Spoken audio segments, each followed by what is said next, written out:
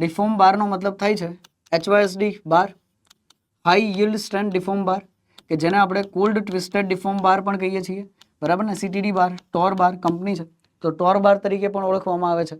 તો અહીંયા આગળ જે છે એ સ્ટ્રેન્થ સર એની કેટલી છે કમ્પેર ટુ પ્લેન બાર કરતા, પ્લેન બાર અથવા તો એને શું કહેવામાં આવે છે, માઇલ્ડ સ્ટીલ બાર કહેવાય છે.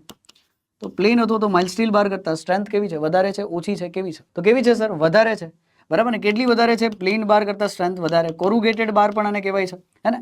તો 50% સ્ટ્રેન્થ જે છે વધારે છે, and that is why option D is the correct answer.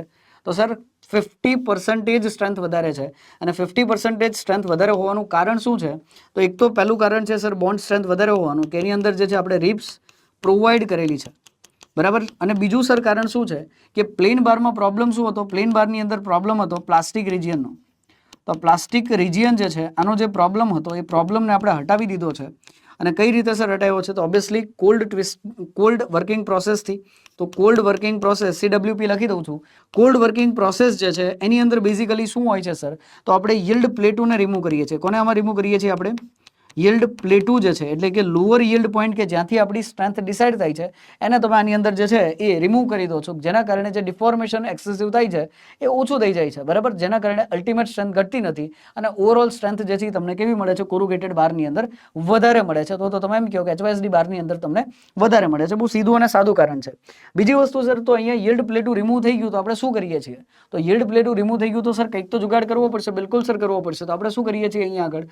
તો આપણે જે છે એ સરસ મજાનો સ્ટ્રેસ વર્સિસ સ્ટ્રેઇનનો ડાયાગ્રામની અંદર 0.2% જેટલો આપણે સ્ટ્રેઇન લઈએ છીએ, અને 0.2% જેટલા સ્ટ્રેઇનની વેલ્યુએ એક ચકાચક મસ્ત મજાનો જે છે એ સ્ટ્રેસ વર્સિસ સ્ટ્રેઇનનો આ જે ડાયાગ્રામ છે, બરાબર ને.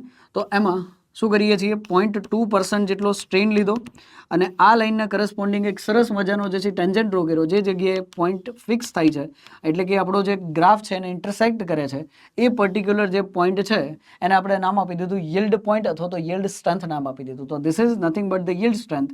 અને એ સર કેટલી મળે છે? FE 415 અને FE 500. આ સર કઈ સ્ટ્રેન્થ એની બતાવે છે? ટેન્સાઇલ સ્ટ્રેન્થ બતાવે છે ઇન Newton/mm² ની અંદર. ઠીક છે, ડન. તો અહીંયા તમારું જે છે એ કામકાજ સર થઈ ગયું તમામ.